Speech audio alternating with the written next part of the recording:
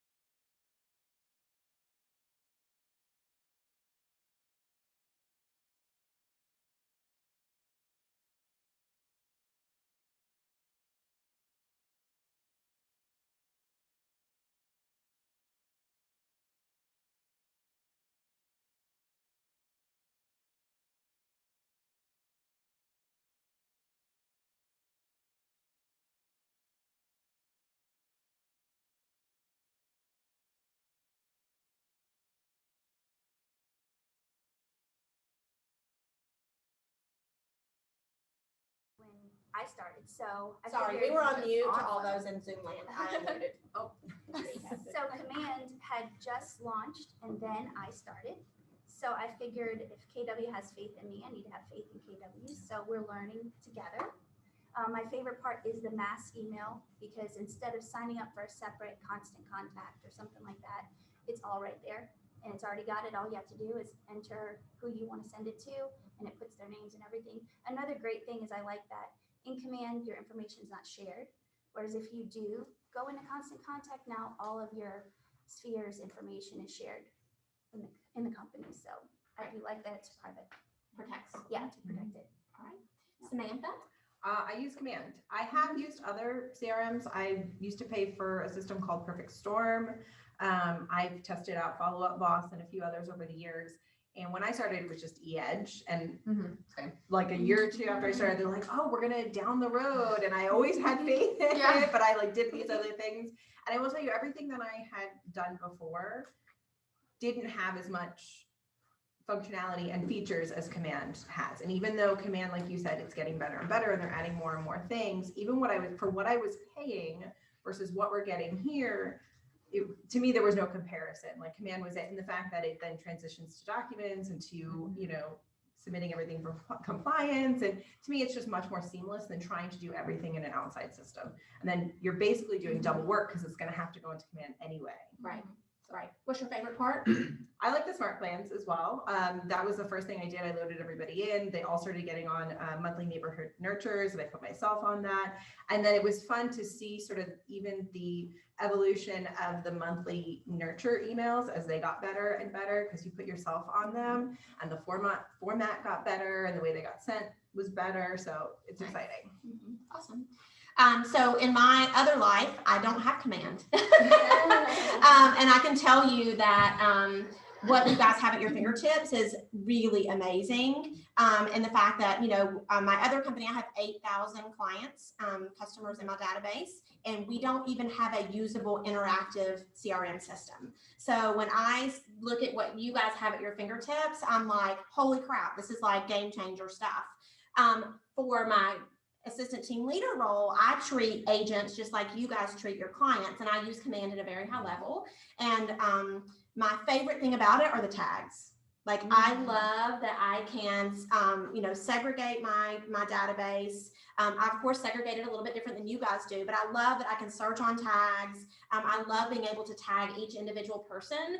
And so that way I can it really simplifies my business when I'm wanting to see, okay, as an example this morning, who all is considering getting into real estate, because I have a career seminar tonight. And I was like, okay, where's all my people that are considering, so that I can remind them that the career seminar is tonight, because I tag them that way. I can quickly go in, put together an email campaign, pull up all my considerings, and blast them out an email reminder of tonight. So I love the tags. I just think it really lets me hone in on specific groups in my database. Because, there's a lot of people. I probably have about 2,500 agents in my database here. And so it's nice to be able to differentiate them. All right, awesome. Any questions around Command or CRMs from you guys that you would like to know? Yes, Erin. How do you categorize your database? Like what you just said, do you guys have a method on how to tag your people? I'll let you guys answer that. I actually do. It's funny you mentioned tags, because that was one of my favorite things. There are some that are already in there, like seller or buyer, but I also do future seller. I do future KW for people that I am prospecting in profit share. I do Christmas card, crawfish boil, which are my 2 events a year. Facebook ads. So if I do a Facebook ad, they get tagged Facebook ad. And then I also have one referred by, and I put that person's name, or I put hot. So if it's somebody that I'm like, you need to stay on this person, they stay hot until they're not, and then I remove that tag. I love that. And having that customization is really key. There's a lot of CRMs out there that don't allow you to have that kind of a customization where you can create your own. Like you buy a real estate CRM, it's buyer, seller, it's very standard. So having that customization is key. Absolutely. Yeah, Alana? Yeah, I was gonna ask that, is there any easy way to remove tags? Like once the tags kind of expire to be used and you're moving on to something else about them? Yep. Yeah, you can filter based on whatever tag you're wanting to remove and then untag them. So, you could also do like neighborhoods, right? So if someone's looking in a particular neighborhood and like that's their neighborhood, you could tag them. You can it's so easy to do custom tags, because all you do is type in the word that you want to tag. If it's not already there, then then you click add, and then you can just add the tag. So, if somebody's looking for a home for the pool, or a specific school, or a specific neighborhood, you can drill down super, super specific. Yeah. Just a question, because I was looking over Command over the weekend. There's something called Twilio, which I guess is like texting. So you can, is that basically for mass text to everyone in your database? But Mass and individual. Yeah. Okay. They get it as like an individual text. But So it tracks, so if you send it through that, then it will show that conversation like in that person's yes, fields, and like, on your phone. And in your phone. So do you need it, or can you just text them from your phone? You can text them from your phone, but then it doesn't go into Command, right? So So you if don't you have use the it, history. yeah. And you can set it And do up you to guys use where your smart plans will automatically Yes, like I was say just a gonna say call, and then they'll get a text. Mhm. So like I started some new people that I haven't met yet on a neighborhood nurture that are parents of kids at my school or my kids' school. And so I was like, hey, I'm a parent and I blah, blah, blah, and I wanted to set you up on this. It's a monthly thing. They got an email. And then like a couple of days later, they got a text just saying, hey, this is who I am. FYI, I sent you an email kind of thing. And that was automatic. And so then I had people respond to that text and I saw it on my phone and I was able to go in through Kelly, I guess, and respond. And then all of those conversations showed up under their name in Command.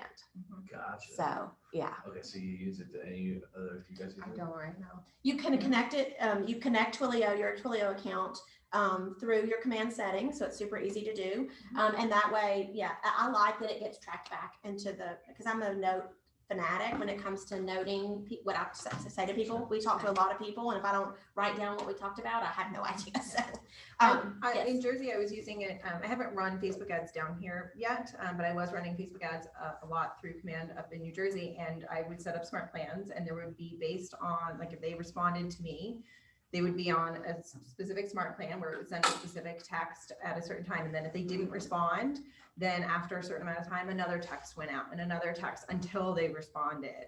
So you don't have to think about it. The system's going to do it all for you. And then you just, once they do actually end up responding, that's when you jump in. And they don't know that it's automated.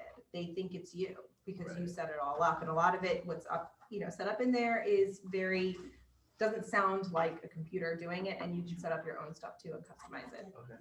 Yeah. And you can rip off and duplicate from other people, Yes. like Yes. wording and stuff, which is cool. And then you can customize that to you. And I know somebody had asked a question about the tags. Something that I love about that is I can tag people that live outside of the area that I service, and I can just talk to them about referrals. But then the other piece is I'm building my database around my children and their activities in their school. And I don't always remember where I know these people from or which child they were related to. So I'll put in Amelia softball, MBCA, which is their school, MBCA, Amelia's actual class. So or class of. And so I can sort them and just kind of that way, when I reach out, I can reference oh, hey, we met in softball if I haven't talked to them in a while or something. Right. And that way I can actually remember who they are. And you can tag agents. So if you're using your CRM to try to build your downline, tag them as an agent. I specify if they're a KW agent versus a non-KW agent. That way, if I'm sending out something, I can choose who it goes out to. And now you just gave me an idea. I now have to go to my database and tag everybody in New Jersey. Well, That's actually a really good idea. Yeah, we have tags for Georgia folks because we do lotto tickets and St. Patrick's Day thing, but there's no point in sending somebody a Georgia lottery ticket that lives in California. Yeah. So, That's actually a good idea. We have lists for certain marketing pieces we do throughout the year because they only apply to certain groups of folks. Awesome. And a note about Twilio is that's a paid account, is that correct? It is paid. Yes. It's very minimal. Yeah. Yeah, It's super affordable. Yeah. I think it's a couple dollars a month or something, but then I have 422 that have rolled over from last month, tax that I haven't used. So they'll build up, and then once you really get going gangbusters on it, you'll have all these credits. And just to create some value around Command and all the resources, I, in my other business, have a texting service that I use. I pay $259 a quarter, right? Just for the texting service that doesn't link to a CRM. So you guys, just to add the value back into what you're getting in Command is incredible because it encompasses so many other services that are super reasonable. And I love texting. I think texting is probably where I get the best response rate. So I think I call it the communication sandwich, which is that you communicate to people in multiple different ways. So an email is great, but they may be more likely to respond to a text message than they are an email. So if you're just blasting out email after email after email, you may be communicating with someone and not their preferred method, right? You shoot them a text, they're maybe more likely to text you back. So I like utilizing all those because I think you're gonna eventually hit their preferred method of communication. And can you put your phone number in there? Because I think there was some talk previously where. Yes, you can they now. had their own number or something. Yeah, you can now call and request to have your number. Yeah. So, all right, Your own number. you can call and request. That's awesome. Because I I didn't did know. not know that. Me neither. And that's partly why we didn't have that hooked up yet. That's for Twilio. Yeah, Yeah. that's awesome to know. All right. No, I don't want my number, it's Jersey. Yeah. I need a different one. I will say there is something I don't have my own number in mind only because it lets me set boundaries between home life and work life. But you guys are a little different than me, so there's that. All right. I know, right? Yeah. So how do you organize your leads and referral follow-up? I'll let you start with that one, Brenna. How do you organize your lead referral follow-up and what system do you use? Mostly through Command and Smart Plans. And again, we're fine tuning that right now. So I'm probably not gonna have the most detail on that specific question, but we do keep like a VIP list throughout the year. So there's certain people that either we've closed with, we know we're gonna work with, they're great referral partners. So we make sure to follow up with those people regularly and then stay on top of who we know is coming up and try to stick to the D2 Yeah. as well. Awesome. Iman? I'm a little bit old school, so I do put everything in Command, but at the same time, as soon as I get a client, I have this Fort Knox in a box, is what I call it. So I will have a card where when I talk to them for the very first time, it has all of their information, their phone number, their email, what they're looking for, if they're a buyer or seller, or if I'm paired up with a lender, anything like that before they end up going in Command. So it's something quick and easy. If I'm on the go, I just put it in the Fort Knox in a box. Oh, no. What's happening? Because we don't really have like a good on-the-go command right now. Yeah, I mean, that's Kelly awesome. doesn't really fully function. Right. I don't know when that's going to happen, but that's really great for when you're Yeah, on the go. so on the go, this is super easy. And then it will remind me, because if they're just sitting in here, I know they're not in Command yet. That they Awesome. need to be put in there. Love that. That's pretty cool. Can you So, repeat some of that? yeah, we missed yeah. we missed some of that. So what I do with my Fort Knox in a box is I get a card. I put, as soon as I talk to them for the first time, this is the card that's in front of me. I'll put their name, their phone number, their email, any details about what they're looking for, or if they're a seller, what their details on their house. If I'm pairing them up with a lender, I'll put them on there as well. Once I have all that information, we start looking, then I go ahead and put that information into Command. So that way I know if there's a whole stack of cards in here that they're probably not haven't been put in Command. So it's kind of that, seems like one extra step, but I'm such a paper old school person, so that definitely helps me for sure.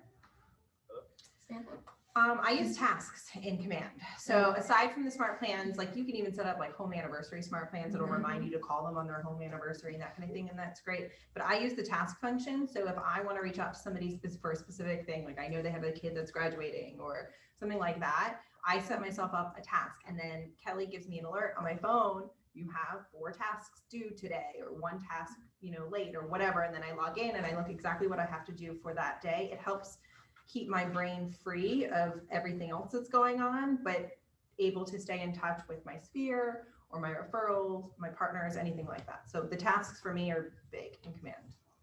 I love the tasks as well. I will say that, probably my best hack for follow-up is that most of the time you're meeting people, you're at the grocery store, you're at the park, like you don't have like all the resources to be able to take a note.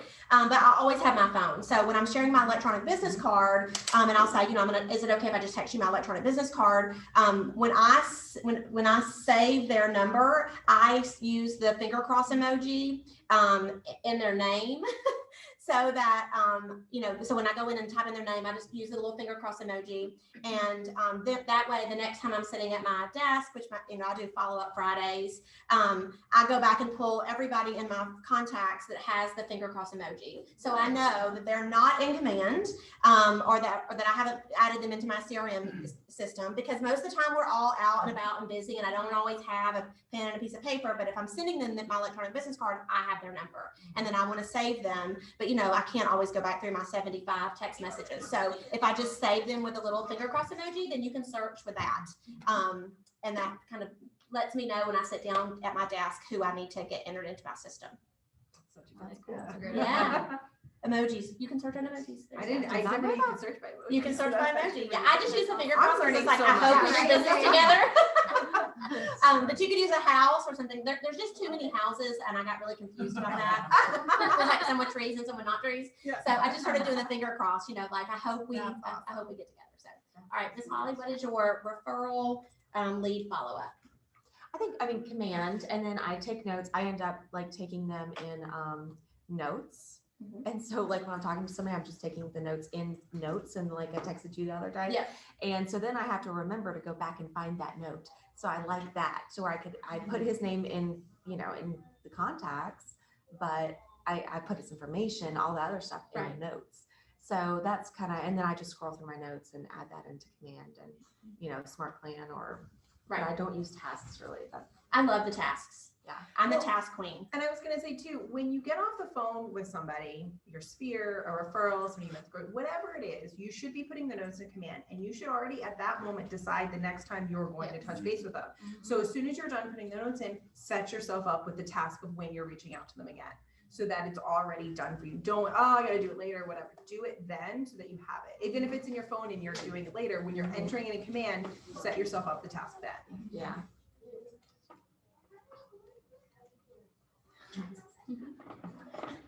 Okay, sorry, technical issue. I love the tasks. I'll tell you that for some of you guys, I was with the recruiting process for you, but I love it because then, you know, it gives the impression, right, that I, you know, even though, yes, I did think of you today, but I set a follow-up when you're taking your exam. I set a follow-up today for one of my, you know, an agent that I'm coaching that I knew today was a really big day for her. So I set up a task to send her a text saying, hey, I'm thinking about you today. I know today's the first day of a new chapter. And it's not that I don't have them top of mind, but we get really busy. Yeah. And so it just gives, you know, it just lets you make sure that you're doing what is in your brain. And so the tasks are always big things for me because I can't, I mean, you know, we all have so much going on. So if you utilize those, you're sure to be able to kind of stay on top of everyone. All right, any questions about follow-up, lead, referral? Okay, awesome. All right, so how do you organize, oh, sorry, different question. Did you focus any time in the beginning to your branding, Iman? Yes. Honestly, it's all I had in the beginning other than Keller Williams stats. So for the new people, for sure, start your branding early, especially social media. People are looking at you like it's a commercial. So they're scrolling through Facebook or scrolling through Instagram. You want to give them something to watch or something to look at, something that's positive. So I definitely, from the very beginning, I was like, okay, what do I want people to think of me when they go to my page? I don't want to have any negativity. I don't want to have any political posts, anything like that. So you really have to be intentional about your branding. And what does branding mean to you? It's pretty much everything, I feel. I have some friends that are also agents with other companies, and I feel like their company is the brand, and it's branded first on everything. Whereas I feel like Keller Williams says, you are the brand. We put us in a corner. So I love that about, you know, that we're the focus. Awesome. Samantha? I did not spend that much on branding in the beginning, truthfully. I didn't. I got my headshot, I got my business cards, and I just started going out there. And I attempted to try to figure out a brand many times over the years, but my branding really came when I started going, you know, hard in video and putting myself on social media and YouTube and that sort of thing. That's where my branding came into place. And for me, it's people do business with people they know, like, and trust. So for me, when I was doing video, I wanted them to feel like they knew me, and that was my brand. I wanted them to feel like they're talking to a friend, that they could trust me, that we're on the same level, no matter what price point they're at, whatever, wherever they're shopping, whatever it is. I wanted them to feel like we're on the same level, and I wanted them to feel comfortable with me. So that's what my brand is. It's like you're just sitting there with your friend, chatting about the most expensive purchase of your life, but in a comfortable setting. So I didn't really know my brand. I didn't find my brand right away. It came years down the road. So if you don't have a brand, it can still come. Right. That's my point. I love it. Ollie, you want to share? You have great branding. So yeah, I just, so I'm about to change mine, but And there are some pieces up here. yeah, so I just put some stuff up there. I probably spent too much time on this, to be honest, because I'm so OCD, and you know, in like my last position, that was what I was doing, is I was rebranding my father's company and redoing all of their marketing and, you know, doing sales and everything. But so that was already kind of front of my mind. And so I did spend a lot of time doing that. And so, you know, I mean, figure out, you know, what your look is going to be. You don't have to do the logo. You don't have to do the name. You don't have to do all of that stuff. But in that way, when you do your branding stuff, it is consistent to you. And, you know, there's a lot of great stuff in Command. Canva is really great. Yeah. Etsy is really great to find people to do like the branding for you. I know a lot of people have had like with Fiverr. I haven't. I had a girl like custom do my logo and everything from Etsy, and she's currently redoing it for me. So I've spent probably too much money on it, and probably too much time. But it's important to you. But it's important to me, and so I'm happy with that. And so now I can put that out to the world and feel comfortable. Awesome. All right, Brenna. I love the branding piece of it, and we had a lot of fun figuring that out too, because I went from a team, so I didn't have my own branding there. And then I was individual, and I was so excited to have my name all over stuff. So I went to Fiverr and just had a very like basic Burr Culture Realty Group. It was just the words and a font that I loved. And then my husband came on board, and so then we really tried to hone in on the branding piece. Like, what are our colors? What is the symbol going to be that goes along with these words that represent us? So we do try to keep it consistent, and we're kind of lucky. My sister-in-law does all that stuff, so she did it all for us for a nice family discount. But we do have specific colors, so we have our logo in all the colors, and some that just says Burr Culture Realty Group, some that has KW branded next to it, as we should on most marketing pieces. And it's been awesome because we can stay very consistent, and that's the goal. You know, we want people to know us and know that we're a friendly face that they know, love, and trust. We also want them to know when they see that tree and our name, it's something from Burr Culture Realty Group.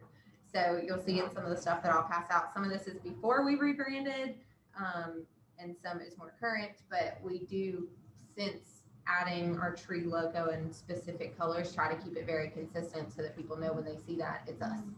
Right. And I did not do my branding right from the very beginning either. I really didn't know who I was. And I was just kind of out there figuring it out. It took me a long time. I mean, I've been in business almost 13 years. And it probably took me 6 or 7 to kind of be super clear on who I was. And then of course I just rebranded about a year and a half ago, because I went from being just a consultant, and my branding with that was Your Gift Girl. So that was kind of, I was Brandy Black, Your Gift Girl. My kids can say it with an absolute perfect inflection. It just became, exactly like, what I encompassed and what I wanted my business to represent. Now I'm rebranding more into just my name, because now I'm a coach, consultant, and helping people be organized in life, at home, and in their business. So I try to encompass all the things that I do. And so I'm rebranding, but it does take a little bit. I think if I would have dove in like first thing, I wasn't super clear on who I was or what I wanted to represent. You can always rebrand, so that's the good news. But I just really didn't know. I just didn't know. It was a lot of pressure, and I was like, I just want to sell some things. Like, I just want to make money. I just want to sell some things, and so I kind of put that on the back burner. And kind of let myself kind of develop into what I wanted to represent. And then it came really easy. I was like, oh, this is what I want to do. So I think the moral of the story is there's no right or wrong. Right. So any branding questions? Do you guys want to show some of your things? I know, Brenna, you have like a whole little stash over there. I can. Yeah. So how do you use your branding in your business? On social media, for sure. And I know you're going to get to those questions later. We do a lot of Facebook and Instagram mostly. And then I love cutesy little Pinteresty stuff. That is like my jam. So we do a lot of Popeye gifts. We're starting to do more events, which we have little gift bags that will have our marketing and little cutesy things. And then with our 36 Touch, we've tried to, because now Popeyes take like 2 or 3 days for all the different places where our people live. So we've tried to minimize that and think of things that are lighter and flat that can be sent in the mail, but then they're still branded. Like, for instance, for Mother's Day this year, we did postcards for all of the people that have pets and don't have human babies yet. So they're still included in that. And Tag, right? That's Yep. a great tag. Exactly. So they got a postcard that was branded, has our little tree on the back. And then this was the Mother's Day card, and it says, "We have nothing but love but for a great mom like you. Enjoy a sweet treat on us. Love, Burr Culture Realty Group." And then with this, we included a gift certificate for one of the mini buntlet cakes at Nothing But Cake, and people loved it. And then they tag you in it, and then you repost theirs, and then people see how awesome you are. And you just what mail give those. them. Yes. free it's marketing. easy. Yeah. The supreme, like on social, I mean. Yes, exactly. I mean, and you know, we'll advertise it on social media as well, but then people repost and it's great. Yeah. And that was so easy. Awesome. All right, any branding questions? All right. I do. Yes. I know now we can't use realty. So what are other like keywords we can use? For me, my name is Darlene Smith and I want to do Smith Fortune House. But a lot of feedback is to sound like an investment company, more so than a real estate company. So what is some other maybe keywords I could put in that to signify me as a realtor as opposed to investment company? Right. Feedback on that? Well, I don't know, that hasn't It has passed not yet, passed right? yet. Oh, That is that's- something that it you're has not passed. considering Yeah, we're not Okay. changing ours until they until, make Yeah. it Oh, concrete. okay. Yeah, because But ours if- is for Carson Realty Group, Yeah. so. but we're if gonna you're write that out. building a brand, it might be smart to, if you're gonna Yes. spend money on it, especially, to go ahead and choose something that is not part of that. I think it was And Associates and Company Realty Group, There was a bunch of stuff. anything real, yeah. So like, that's why I did Home Team. Home So my husband's joining me, so now we're Owen's Home Team. So you don't have to worry about Okay. them. Yeah. You could do homes, you could do, Property? yeah, property, something. That sounds Investment. investment, yeah. Yeah. It's hard to get around that name, I'll be honest. It is. I'm like, do y'all not have bigger fish to fry than that? Like, Yeah. Just use your name with the slogan, that's Yeah. all. Yeah. And you're like I'm me, just like trying to do. Smith, I have Owens. So it's like, it's hard to make that like you. And so that's why I originally chose like Azalea, but now that my husband's joining me, they're like, well, it should be something that they see you, especially if, I'm building at school. And so they know my kids because my kids know everybody. Mhm. So really it would be better if it was just Amelia's mom. Really. Like, I mean, you could. Until I don't want to be, like, I'm in the phase of life where I don't want to be Carter's mom. Some days, I'm like, it's gonna be somebody else's mom. Nathaniel. Yeah, so this is actually a very specific question that I've had with starting out in the branding, trying to figure this out. Like, do I just start selling houses or do I like figure out this branding as a business that I'm starting, that I'm building long term? And so trying to figure out these terms and the small things like compliance out of those words. So like I know realty is not allowed, and then Carlos said real estate is also not allowed, and I'm assuming there must be a list of words. Oh, you've run it by. I have Carlos, not. 'cause Yeah. He lets me, he said, on mine, I'm your best friend in real estate, but I have Keller Williams like all over all my stuff, and he said I was okay. Yeah, there's just specific words Right. that they're going to be, there is rumored that they're gonna be nixing, which real estate is one of them. Which means you would have to rebrand that. Right. Is there a way I can check these? There's a way that. Carlos. Yeah. Yeah. I asked him, he was not able to find. it. Stephanie Nielsen, I'll ask her for a list of those. And I would say, Daniel, don't sweat the small stuff. Don't get hung up on the little things about that. If you have it, you know it, and it's easy, then go. But we'll go with like the 10-minute rule, right? Just like I was the one who just wanted to go sell some things. Like I just want to like get paid. Like I just need to get a paycheck. And then it will come. I think that authentically you'll define what your story is, Yeah. right? I think if you have business cards or an electronic business card, a way that somebody can contact you right now and you're still figuring out Mm-hmm. what do I want to look like in this business? Yeah. I mean, we didn't figure out, like, the tree thing for us represents like how we want to grow as a couple in real estate together, how we want to help our clients grow both financially and with the knowledge of buying or selling a house. It sort of encompassed all of that, but it took us Yeah. 4 or 5 years to figure that out because I was in different stages of this the whole time. So it doesn't have to be immediate. It can change, Yeah. Don't stress about it right now, just sell houses. Yeah. Yeah, business cards are the Yeah. cheapest thing, so just get a business card with your name, put a general slogan on it, and And then go out and keep start noodling selling. on it. And then, Yeah. once Yeah. you decide to change that, if you've got 500 business cards, just mail them out. to Yeah. people. And then you've used them, they've got that, and you can rebrand. And That's what I everybody just up here do is right now. rebranded. Right. We all just said it. Yeah. So even if you decide on something and 5 years down the road, you're gonna rebrand because you're a whole different person Right. now and it's a whole different business. Going from an individual agent to a team sometimes causes rebranding. It's okay. It's not gonna be the end of the world and it's a good touch. It's a Yeah, good reason I was to gonna reach say, out. that's a great reason to reach out to your Mhm. people. It gave us an excuse to send a letter to every single person in our database going, here's our new logo. When you see this, it's us. This is why we chose it and why we want to help you and how this represents all of that. Right. Awesome.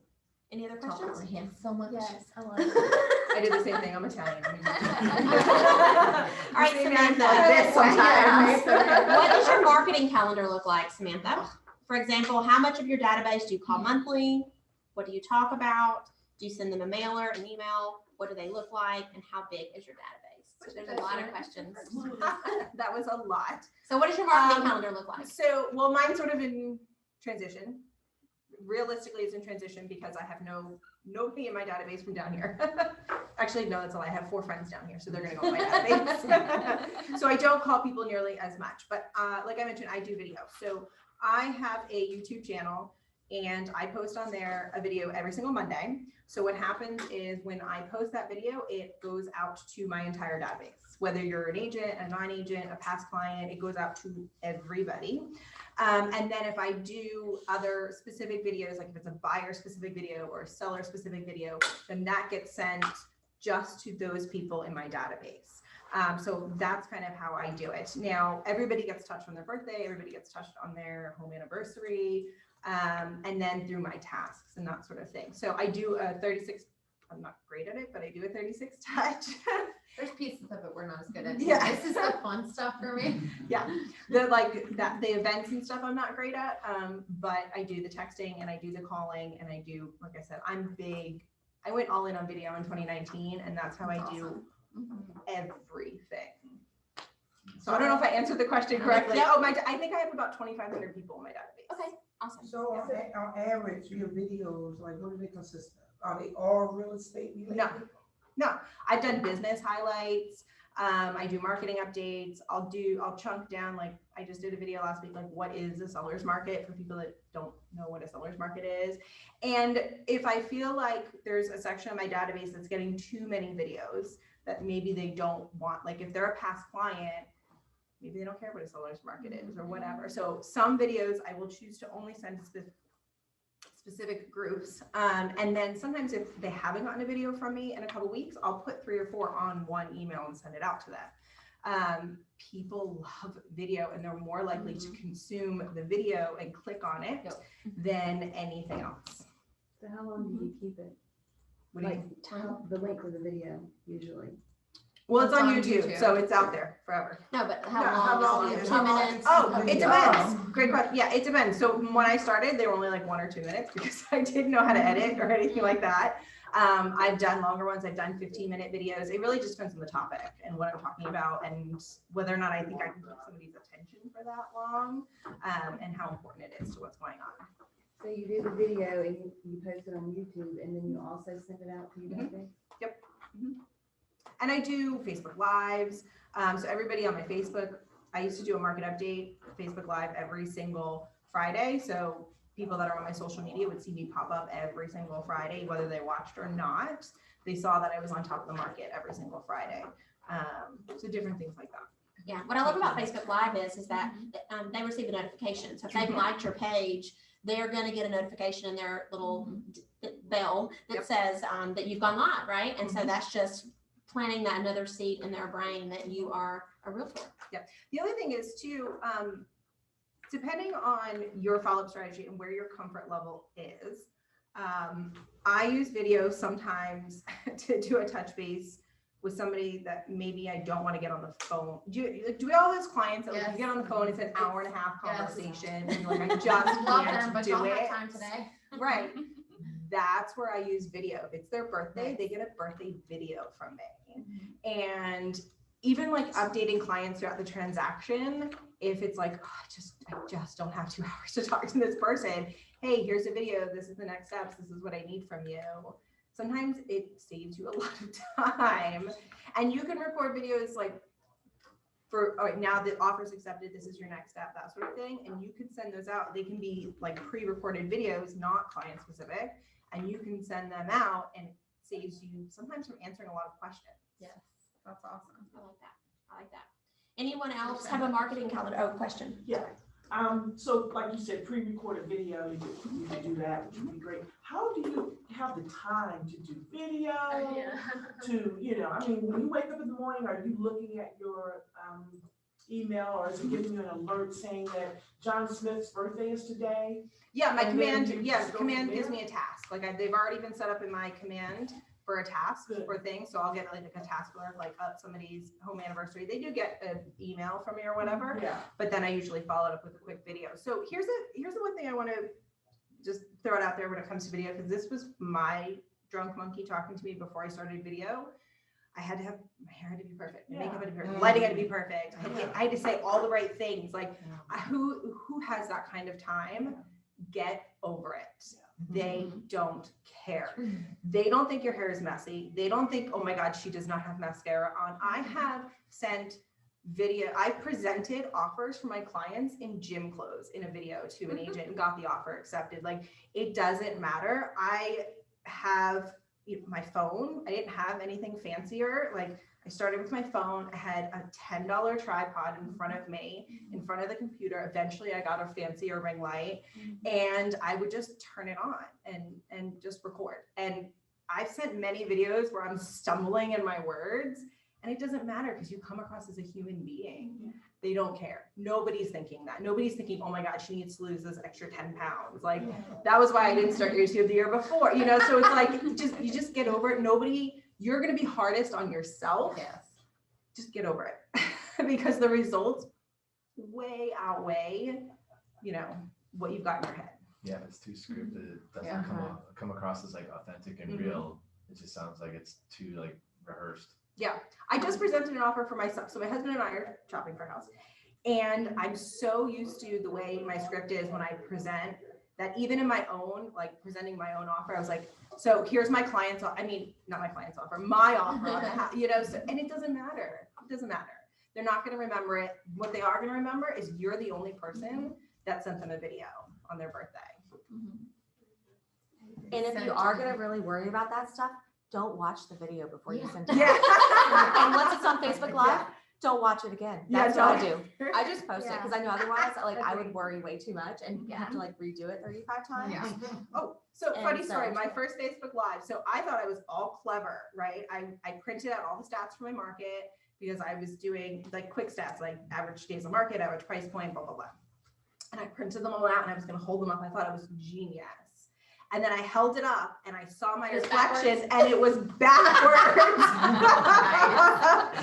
And I just went, oh my gosh, it's backwards. Well, I'm going to roll with it. And when I got tons of comments, people were laughing. I used to put them up on YouTube. I even put it on, like, who cares?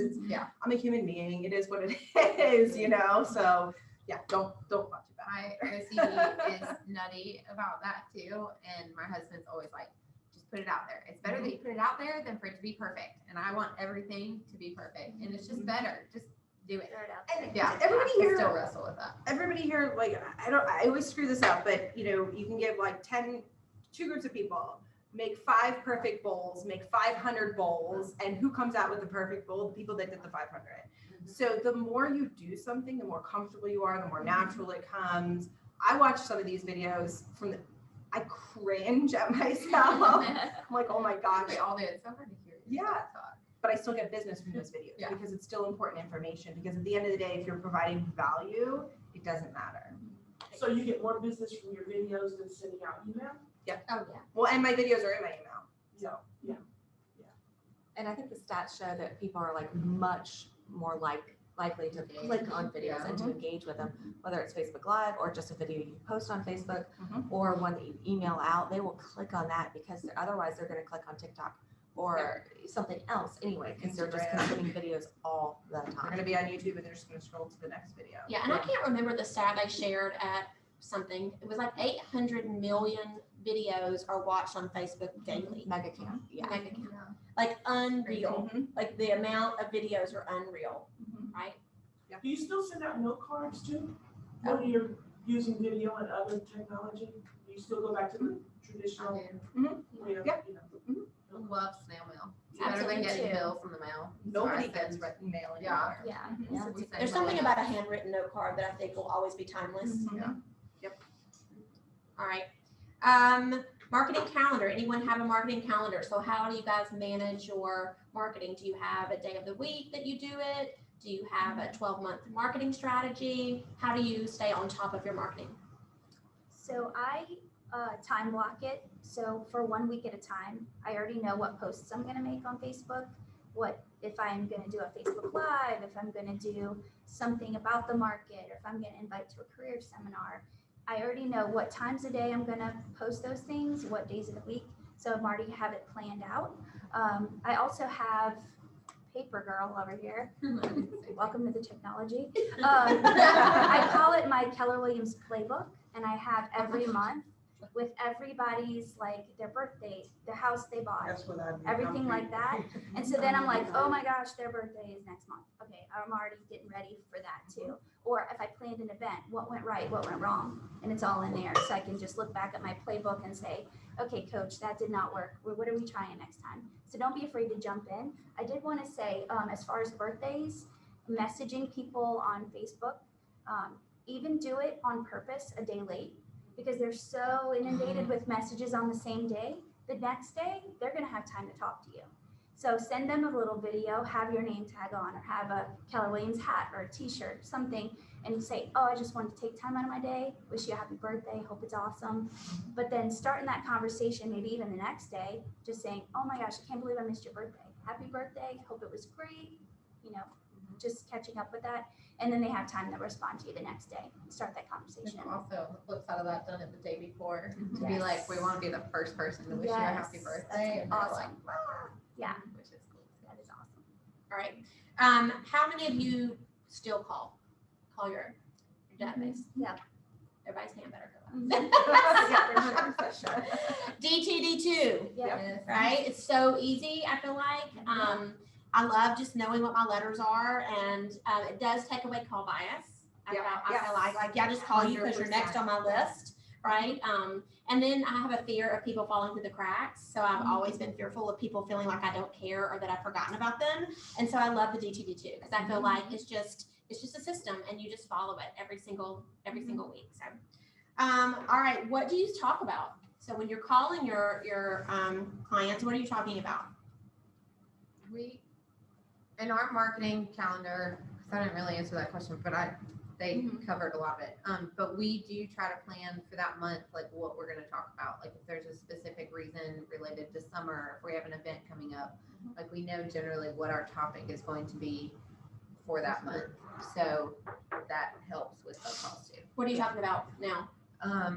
No, put you on the spot a little bit. I know. Well, several things coming up. I mean, we have summer stuff. So, I mean, in tagging different folks, like we're going to be door knocking in our neighborhood. So if we're calling people that are in our database, also in a neighborhood, get ready. We'll be walking around saying hey to everybody, welcoming you to summer kind of thing.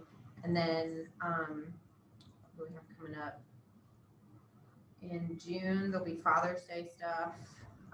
So towards in a couple weeks, well, in a week or so, we'll be calling people around that. Yeah, we have like a print. I should have brought my print out for this. Yeah, Holly has a great little marketing strategy over here. Did you get this from Kristen? Yes. Yeah. So I have the same one. It's Productivity awesome. or anything. Yeah. Like I got this from Kristen, and then I just edited it to me. Yeah, she has a And- great 12-month marketing Yeah. strategy. And this is how we literally put ours on paper. And Yeah. so you do this, you plan this out for the year, and then you just put all of these things on your calendar. And that way you know, okay, this week I'm going to be calling about this, or I need to send out this text, or whatever it is. But like, or if you don't have anything for that month, call and just say, hey, I'm looking for small businesses to partner with as vendors. Or like we're about to roll out like my husband's ring. So I'm going to call and say, hey, we're growing.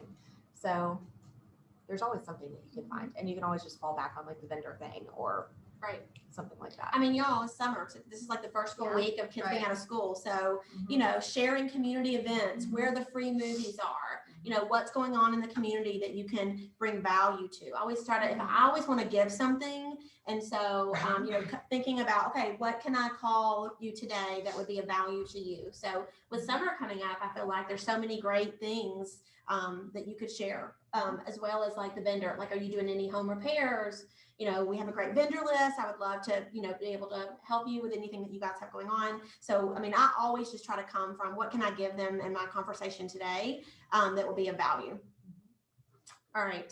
How big is your database, Holly? Well, I just added about 800 people from our school. So I hired my babysitter to add all of these people from our directory to school. And so now I'm up to 1441. Yay! That's Leverage. awesome. Yeah. Yeah, it cost me $70 to have her do that. Yeah. So you took the directory from the school, Mhm. and then you have her to.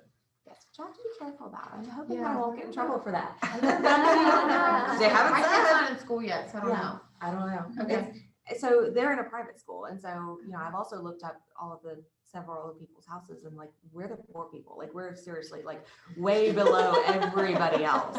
So I'm gonna maximize that to the Yeah. best of my ability to get money back out of the fact that I'm sending them to private school. It's better to be told, no, and then be like, Yeah. yes. Yeah. And miss an opportunity. Ask for forgiveness. Yeah. Forgiveness. Yeah. But like, so Yeah. their first touch, I sent some people like the monthly thing, but their first touch is actually going to be, since most of them don't know me, I'm like, hey, like COVID was last year and my daughter's in kindergarten. So I'm sending out, it's a little bit late because I just added them. So I just ordered new magnets, baseball schedule magnets. And then I sent out a letter in there just with like a picture of us, because everybody knows my oldest daughter, because she's like a huge personality, and just like, hey, we're also an MBCA family, but we're also in real estate, and that kind of thing, so that they don't go, oh, who the heck is this, and throw it in the trash. Right. And if they do, they might see this and take a second to look at it before throwing it in the trash. Everybody knows a Braves calendar. Yeah. I Yeah. read a statistic, I don't know if it's still true, it was many years ago, that people clean magnets off their refrigerator once every 7 years. So if you make it on the refrigerator, you're probably in their house for at least 7 years. Yeah. We I've had, had kids ask me why my face is on the refrigerator. yeah.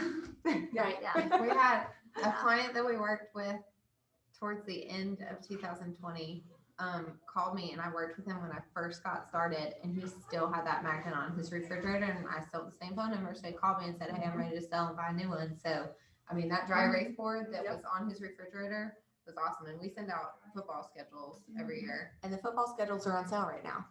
Magnets No. USA is the name of the company. Mm-hmm. Funny, a story, Kristen, you guys know she was my realtor, and for like 20 years, her magnet stayed on my refrigerator with her big red hair, sizzling sales is what it said. But it had the best little like notepad thing on there. So I never would throw it away because like I like having the little notepad thing stuck up there. And then I went to my friend's house, and guess who was on her refrigerator? Kristen and Chris, right? And so people do leave those. And I don't have, like, I have a wooden refrigerator door, so we just use our back door. But I still keep all of the magnets. I just think that they're so handy. So, any questions about marketing database sides? What about you, Brenna? What's your database? Ours like? is smaller, and in transitioning ours from Palo up to Command, we've tried to really hone in on. Scrub it up. Yes. So I just checked this morning to make sure I could answer that question, and we have 496 right now. Okay. And there's a couple that are new from the weekend that I need to put in, so we'll probably be right around that 500 mark. But we try, all of our business comes from our sphere and referrals, and a small percentage that we have met through social media, or while out and about. But for the most part, we're hardcore leaning into our sphere. And how many transactions have you done over the last 12 months with 400 people in your database? You're gonna put me on the spot again. Around 30 last year, and this year, oh God, we've had like 9 or 10. Okay. The reason I say that is because I think one of the biggest misconceptions is that you need a large database. Like it just takes a lot of people, and it doesn't. Yeah, If sorry, I you- didn't have those numbers. If you have a database that's small and mighty, and you lean into the relationship piece of that, there is business there, right? We know, right? 6.2% are going to buy, sell, or invest in real estate. 10% of those are going to refer someone. There are over 30 transactions in just 200 people if you lean into it, right? So, I mean, it doesn't take, I know, Mom, you have a small database as well, right? Mine is like 521. I checked this morning too, just to make sure. I was like, I don't know how many people I have in there. But same thing, just love on them. Even if it's 10 people, I'm gonna make sure those 10 people tell 10 people, tell 10 people that they know that I'm in real estate, for sure. So what do you talk about, which was what you talked about 10 minutes ago? What do you say when you're calling up people that you just met this weekend perhaps? Or, well, of course, when you just met them, you can say, of course, we met, and then you can go from there. But when you're talking to your database, what do you say? Do you follow the traditional Ford step, or do you, I think it's forward, and then Yeah. there's one like family or something, you know, basically talking about them, but wanting them to know too, that you wanna know if they need you. I think you just answered your Pretty own much question. that. Yes. So forward. Mhm. And I always try to bring a piece of value, right? So for Yeah. me, like there's something of value that I have in my mind. So it could be, are you guys doing home repairs? I can connect you with a vendor. Are you guys going to be out and about this summer? Anything when I'm asking those questions are going to trigger my response, right? So if it's, oh my gosh, we're redoing our kitchen this, okay, awesome. I can help with vendors. Oh, the kids are out of school. I don't know what we're going to do. Okay, I can help you with some summer activities. Whatever it is, I try to have a couple different things of value that when they go down that path, I already know how I'm going to respond to that. And because I want to leave them with a gift and of knowledge of something that I can do to help them. So, And that's a great follow-up. Say you gave them a vendor, a contractor, and they did their kitchen. Yep. You follow up with them a few weeks later. Hey, did that ever work out? Did you call them? Do you still need somebody else? And then the more you talk to them, and if you take good notes, you like a lot of times I refer back to the last thing we spoke about. Like if I don't know what to talk about, I'm like, how was your vacation that you went on? Was it wonderful? Whatever. Oh, I saw. The other thing I do, if I really have nothing to talk to them about, I go on their social media and I look at what they've been doing. And oh my gosh, I saw that you just did such and such. How did it go? What did you think? I've been thinking about whatever. It's about building that rapport with them. Or right now, your child just graduated. Right. Yeah. So I would love to know, Samantha, what are your plans to build your database, right? So you're Yeah. coming here with 4, right? So I would love, Or technically, yeah. I guess. So what are your plans to build a database here in Georgia? So I'm going back to what I did when we were actually just talking about this too, because he just relocated from Las Vegas and we're both here with no spare. So I'm going back to what I did before. I'm gonna start putting, I was never a good phone lead generator. I'm not good on the phone. I'm better in person, which is why I took to video very well. So I'm gonna go back to open houses and door knocking and anything I can do in person. That's my goal. And everybody's going in my database. As soon as I buy a house, if it's an association, you bet your butt, I'm getting involved with the association. I'm getting to know everybody that's there. I'm getting to know all my neighbors. That's how I built my business back in 2015. I'm just going to redo it again down here. Awesome. Awesome. All right. So we'll start maybe with you again, Holly. Do you have a social media calendar? I do, yes, because it's built into my marketing calendar. So, as to what's going to happen that month. I mean, right now, I've got career seminar. I'm going to do posts about that. I'm going to do posts about Father's Day and then Donut Day. There's like a National Donut Day. So I looked up all these stupid national days. And so calendars. Yeah. And you put that in and then you can just schedule those posts in advance. And then you can go to list reports and steal those. You can go to Grammarly is one of my Yeah. favorites. I get a weekly email every week with Grammarly and it tells me what all the funny holidays are and there's like graphics that go with it. So I'm like, okay, thank you. How much do you pay for Grammarly? $0. We like free. Yeah, Yeah. $0. Yeah. And I just get a weekly email and it just has all the content for that week in there, as well as a link to like the whole month. But I love those donut days and things like that. I mean, those are just fun, ways to create engagement, right? So it'd be like, what is your favorite donut? I'm going to select one person who shares their favorite donut and gets, a dozen donuts delivered, right? Anything that you can do to create engagement. You want them, the more people comment on your post, the more Facebook says you're popular, right? And that's what you want, because the more Facebook thinks you're popular, the more you're going to show up in other people's news feeds. So you want always engage them with, what's your favorite, if it's wine day, what's your favorite wine? What's your favorite taco? What's your favorite donut? Do some giveaways, encourage people to engage with you so that, meeting someone, I would love to meet for coffee and give you your donuts, right? Now you're building rapport, relationship building. So anything that you can do to get them to play along is going to be key. How long do you, prior to real estate, I really didn't do social media at all. So this is like, for me. And, but when I post something, my friends would say, but you don't comment on my things. So it's like, so do I have to go and comment on That's part of your lead gen. Use the DTD too, and just so you don't have to comment on everybody all the time. but just chunk it up. And this week I, comment on these people, I stalk this person, whatever. Sometimes you need to go look that person up because they're not showing up in your feed. Yeah. And then that way you can comment on them and then they'll start seeing, I think, your stuff. And, Yes. and then like, if you talk to them, if you then post on their Facebook wall, hey, it was great talking to you, then that changes the algorithm to where they see more of your stuff and you see more of their stuff, I guess. And if you It's see beneficial too- both ways. Yeah, and if you see too much of someone, if you're like, gosh, I'm seeing that girl every day and I'm commenting on her stuff, you can go to the right hand Snooze her. side and snooze them. I snooze people all Oh, I the didn't time. know that. And then more people come up and I'm like, okay, let's talk to them. And then I'm like, ooh, girlfriend, snooze. And I just continue to snooze and update and try to get more people in my feed. So how much time do you put in per day for this? I time block it. I'll say, It's part hey, of your lead I'm gen, going right? on Facebook at this time. Okay. This is part of your lead Yes. generation. So it goes into that 3-hour time block, right? Remember the 2 hours of doing the do, this is part of the Yeah. do, right? So Yes. this is part of relationship management. It isn't just smiling and dialing, but chunk up 15 minutes, 30 minutes, whatever you think is appropriate during that 2-hour time, of doing the do of your lead generation. So it's an intentional activity. All this is on your Facebook business page or personal and business page? Both. Both? Because then post some real estate related things on your business page or on your personal page, and then share every once in a while some of the stuff from your business page to your personal page. Or like my husband will share it, and then then that way, you're getting different people to see it. But it's not like I'm sharing my business stuff all the time. He's sharing it and saying, "Oh, great job."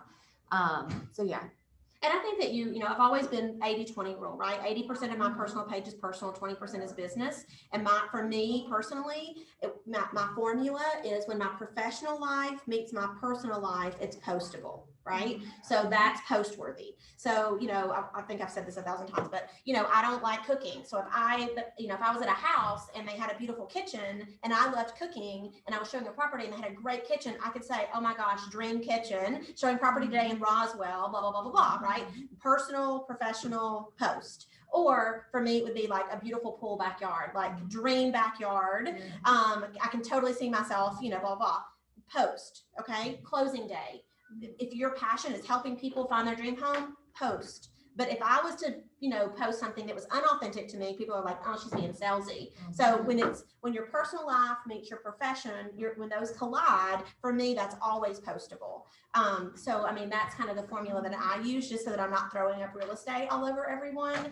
And it seems super authentic, to who I am. If you love garages or cars and you're showing a property that has that, absolutely. Or my favorite is when there's weird stuff, right? Like the off-centered chandelier. Like, what is wrong with this picture? Post that, okay? Those are things, but don't, when you come across as super salesy, people will snooze you. Yes. And nobody wants to hear every single day. If you know somebody buying and selling, call me. If you know somebody wants to buy and sell, call me. They're not even gonna snooze you. They're gonna unfollow you. They Or are, they're gonna for sure. they're over it. We pepper one of those in every once in a while, but it's Yeah. not like a regular thing, or it's But you more also have to subtle. post personal stuff Yes. too, Yes. Yes. which is hard. Well, that's where the no love and trust comes in, right? It's like, oh my God, I have a golden doodle too, or we love to go to Seaside, or I didn't know your kids went to Mountain View Park Elementary School, or whatever, right?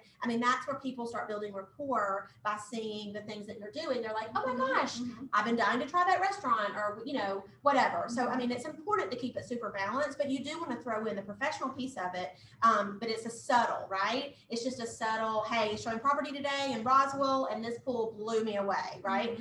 Those are things that are going to just trigger like, oh yeah, she's a realtor. The other thing, sorry, about social No, you're media, to what you were saying earlier, you didn't do a lot of social media before. I actually think that's a blessing. Yeah.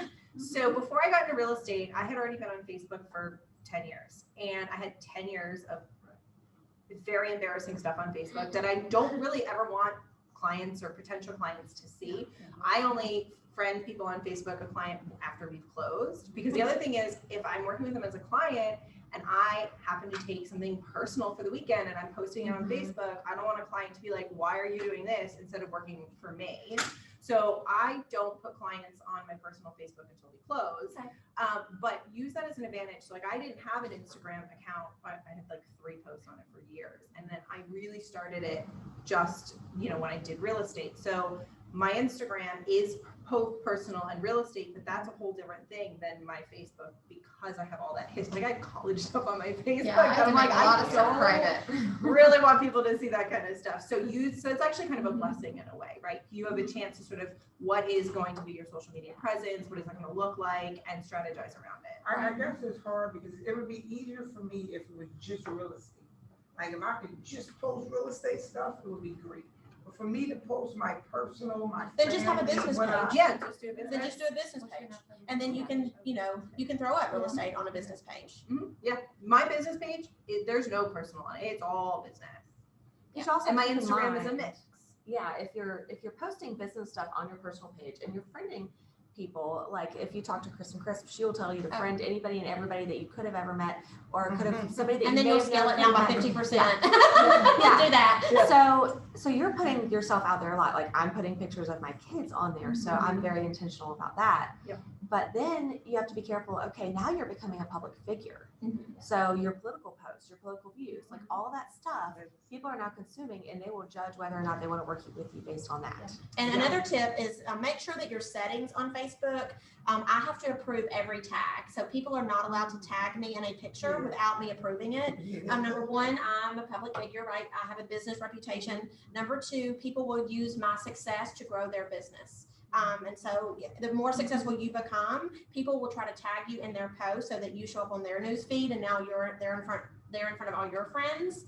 And so you have to be really cautious. So I make sure I have to approve every single tag that I'm in, because number one, I don't want what I do on a Saturday night to come up without me saying that's appropriate. And I don't want people to use my success as leverage for them to grow their business without my approval. Not to mean I'm small business, don't have small business, but that's something that I want to make sure that I'm approving. And we have some of both of what everybody's saying. We have I have a personal Facebook account, so does my husband. Then we have Burkhalter Realty Group business page. Instagram, my husband doesn't mess with his Instagram, but I have a personal one, and then we have a business one. So on the business one, it's mostly all business, but we do post pictures of our family together with our kiddo, because we'll do events together and he'll be a part of that, or door knocking in the neighborhood. He wants to come along with us. So there's stuff that really gets that engagement that sort of gives them the feel like, yes, you are truly a real person and you do have a family and a family life, but this page is mostly centered on the business. And if But you those, really- yeah. those get more likes than anything. Yeah. And if you I really should want to put my be kid on business everything. based, then do Yeah. LinkedIn, right? LinkedIn is Yeah. a business to business platform. It is not personal. If you just want to do business, then use LinkedIn. It's a great tool. LinkedIn is so much easier because the thing about Facebook is that they're always trying to outsmart you. And LinkedIn is like, let me tell you what to do. Post Monday through Friday, one time a day, every day, boring, consistent, and we will tell everybody you're important. It's a totally different platform, right? Because it's business to business. So there's no right or wrong. Whatever you decide to do, lean into that, right? I like LinkedIn for the simplicity, and I'm not trying to be smarter than they are.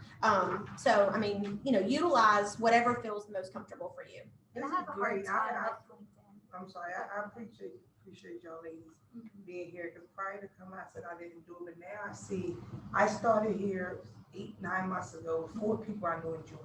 Oh, see, So- there we go. Right, you did We should such like a have our own good- club. Well, listen to what you did. No, You for started real, that Georgia, Facebook group. and started different groups, and now I see, because the people here in my database, now I have like 290 something. That's awesome. Yeah, but they don't know me. Like my people, my sphere, they know me who I am. They don't know you These yet. people, they don't know me Yes, yet. yes. So I need to, and I'm glad I came in here for the salad. And I'm glad I came in here because I see now the need for my people in my sphere now to get to know who I am as a person, because they don't know me. They just met me They in need the some of store both. or something. Yeah. They They need don't a know little- me, yeah. right? So that's good, thank you. And just because you know people in other states doesn't mean you can't get business from them. No, Refer right. business. Yeah. I'm still gonna So keep in easy. touch with everybody in New Jersey, all my past Oh, clients, Philly. because I'm gonna get, I It's a just phone gave call. out a referral Yeah, 2 weeks ago, sure, you know. so yeah. It's the easiest Awesome. money you can get. Yeah. It is. All right, anybody use Instagram, Twitter, TikTok? Instagram and Facebook. Facebook. I really want to do TikTok. I know, I'm resisting But and I'm I don't know scared why. You know what, I go on and I just watch a Those bunch are of dance brutal. What? videos. Savage kids on there. Yeah. I can't There yet. are some agents that, Yes. there's actually an agent, Jackie Baker. She's a North Jersey agent. She's actually not KW. I keep trying to get her. And she started doing TikTok, and I love them. They're bad real estate photos on TikTok, and they're There's some hilarious. really awesome ones. Yeah, so you're selling without selling. You're doing something fun and entertaining, but it's like a subtle reminder. Right. See, that's crazy. I don't do Facebook, but I did a couple of TikToks. Nice. See? I know we did. If We you did enjoy that that was more fun. and that's more Yeah. fun for Yeah. you, then maybe that's the Yeah. realm that you need to focus on. Mhm. Like I love Facebook and Instagram, and I'm like Yeah. resisting against TikTok right now. Yeah. But at some point we may need to jump into it because there's so many people on there. And if you enjoy that, then like I enjoy all this stuff and Facebook and Instagram. So that's like my happy place. But Yeah. if you enjoy that, then maybe that's your avenue. Absolutely. All right, any questions about social media? Question about video again. When you're using video, are you really conscious of, you probably are, about the background? of the Not video? always. I shoot in my car. I shoot in my desk. So I had two, I call them video shooting spaces in my old house. One was at my desk whenever I just needed to like quick do something. We all kind of had that after pandemic life because of Zoom and everything else. And then I had wherever the best lighting was in my house. Because I didn't have any lights. You don't need any fancy equipment. I had my phone on a tripod in front of my living room window. So yeah, I mean, I made sure it was clean behind me and there's no like underwear on the floor. You don't want anything too distracting, but again, don't overthink it. It's Yeah. really, you just gotta, I mean, again, you look back at some of my other ones, you'll see how messy my old office was. And then you look at some of the more recent ones and things evolve. Like that's the least important thing of it. You just gotta get started. Right. The lady who fell, the realtor who fell with her dress above her Oh, head, yeah. I forget, she like went viral. Like everybody loved that. So funny. Yeah, everybody, I mean, the funnier the better. When my kids come into my videos or something crazy happens or the dog barks, it's just, you just gotta roll with it, right? It's just life. I mean, we're just doing life and business at the same time, so. All right, next question. Do any of you sponsor posts? If so, how much do you spend monthly? So like boosting and Mhm. ads. Yes, I'm not consistent on We're it, not though. either. We have not done it very often. That's something that we need to get more consistent about. I don't boost posts, but I do Facebook ads, and I'll probably do every other month, and I'll spend about $30. But it's really, I feel like those people are people I'm going to nurture for a time. Mm-hmm. But Facebook people, they already know you, they already love you. I try to focus a lot more on them, and then the Facebook ad is just extra filler. So I do pre-command, I would do boosted posts advertising my open houses, and I would spend $3 a day. And then that was just sort of in my mind. So when we started running Facebook ads through command, I would do the same thing. However I ran it, 5 days, 10 days, I would do $3 a day.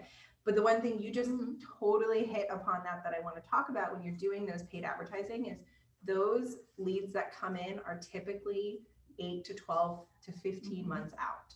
A lot of people run ads and they think they're going to immediately get a buyer, which you can. It absolutely has happened. But those people that are clicking on the Facebook ad are usually way, way far out. So it's really important to figure out what is that follow-up plan going to be for that lead when you get it, and stay in touch with them and keep following up and don't give up. Because this one time you go, I'm not going to call them this time. A week later, they go and buy a house with somebody else. 100%. I think that's the key takeaway from all of this is whatever you enjoy, whatever you do well, is that you have to stay consistent with it, because we really started to hone in on our social media marketing about 18 months ago, just to be very consistent about it. And we get more people commenting now, more people liking stuff, more people calling us because of what they've seen on there. And you just have to stick with it and be consistent. Like we're consistent when we post each day. Well, like Mondays, we do motivation on Monday, every single Monday. On Fridays, I do a fix it Friday, every single Friday. So there's some kind of like home tip. So I know what those two things are for those days. I don't have to figure out like, what are we going to post on Monday or Friday? But it's also people look forward to seeing those now, and people share those things more often than any of the random stuff that we put up because it is consistent. Yeah, I agree. I use Google Ads. So in my other life, I'm a big Google ad lover. I did not know about Google Ads until I came to Keller Williams. I was like, what? Like, how did the other people in my life not tell me that you could place ads? And so now I'm like, oh, so I love it because it just feeds new people into my business so that I'm always have that, I'll talk about my prospecting faucet turned on. So I love it. It turns on that prospecting faucet so that I'm getting new people. And then it is about the nurture. It's about the relationship management. It's about staying in touch with them, building a relationship. Even in my KW life, life. I just brought down 2 agents this last month. Took me a year to bring them from wherever they were here. And it was just consistent follow-up, right? Just checking in, sending an email, a phone call, a note, whatever, inviting them to a class. And before you know it, the perfect time hits. They're like, you know what? Now's the time. Now's the time. And so it really is about just making sure the follow-up, the fortune is in the follow-up. I have a Always. question about that. So, since you do a lot of the ads kind of consistently, have you noticed any kind of change in that since the Apple update where they restrict some of the advertising stuff? Nope. I paid, so if you Google in the Google bar, the search engine, I'm one of the top things. There's like 35 words that if you type in, I'm the first person that comes up. And so, because what happens if you want to, you guys know I sell bags. So, you want a cute summer bag and you put in summer tote, guess who comes up? Brandy Black, right? And I pay for that. And that's where a lot of my sales comes from, and it's worth it because I'm getting new people. I don't make money on their first order always, but I make money on the consecutive orders because really I just want to get you in my database. I just want to get you in my business so that now I can nurture you because you're going to buy again and again and again. And so no, I really haven't seen any kind of a decrease. And I pay anywhere from $5 to $10 a day depending on what I'm looking for. But it's worth it. I get a ton of leads that way. All right, so videos. I think you've covered a little bit about videos. What is your best advice other than, be authentic, don't stress, shoot anywhere? Yeah, just get started. Just get started. So, fun fact, when I started video in New Jersey, I went onto YouTube, which is the #2 search engine next to Google, owned by Google. And I tried to find realtors in my area on YouTube and I couldn't find anybody. And if I found anybody, they maybe had 1 or 2 videos. It was like nothing. So I really had an opportunity to dominate my market with video. Now I'm down here and there are definitely more agents down here that are known on YouTube for Atlanta. But my advice is if you're going to do something like that, find your niche. That's really important.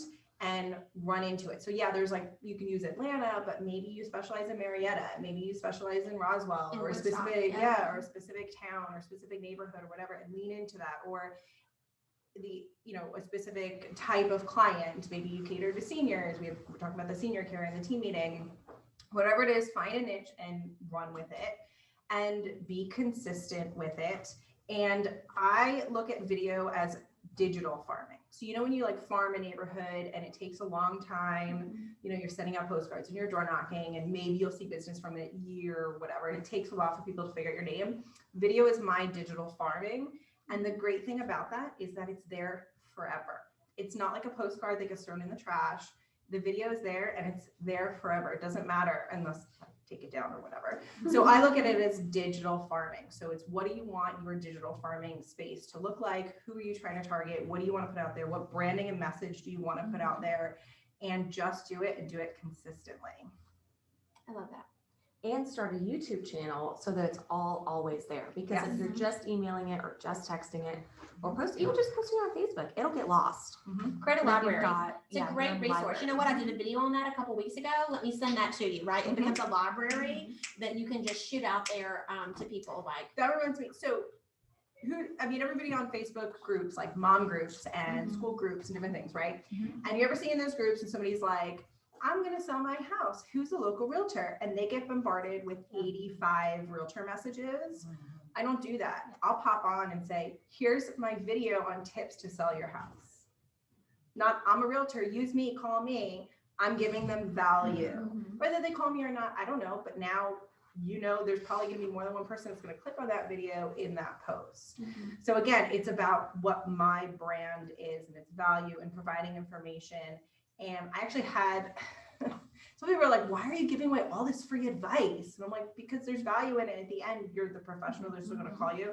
I had somebody from my high school. I haven't talked to him in like 15 years. Saw me on YouTube selling down in another state.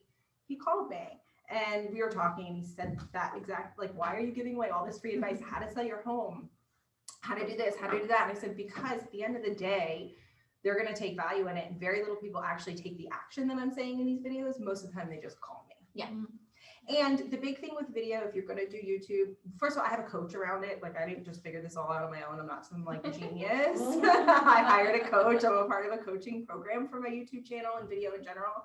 You have to have some sort of a call to action. So when I am on YouTube, I have downloadable free guides, how to prep your home for sale, how to sell, you know, all that kind of stuff. Oh, I thought you were pulling out a guide. As a way to capture their videos are great, but you also have to have a way to capture their information. So sometimes I'm having something they can download. Sometimes I just say, call me. I try not to be too salesy, but you have to have a way to capture their info if they're not already in your database. Right. So creating that sort of free information that they can download. Yeah. And I love YouTube because you can see how many people viewed it. And so there's like okay, that was a good return, right? Of time, right? You're like, okay, 75 people have watched this. I don't know who they are, but somebody's watching. Yeah. And I will say, I mean, this was never my goal to get monetized on YouTube, but I am now monetized. So I do have passive income that's coming from that. I also use the videos, you know, we get blind referrals, right? I got somebody moving to your area and they're an agent in California. I found you on the KW website. You know, what can you tell me about yourself? I go, oh, here's my YouTube channel. And I have gotten referrals over other agents because of that, because I'm already showing them that I'm the expert. So just use the videos in multiple ways. Right.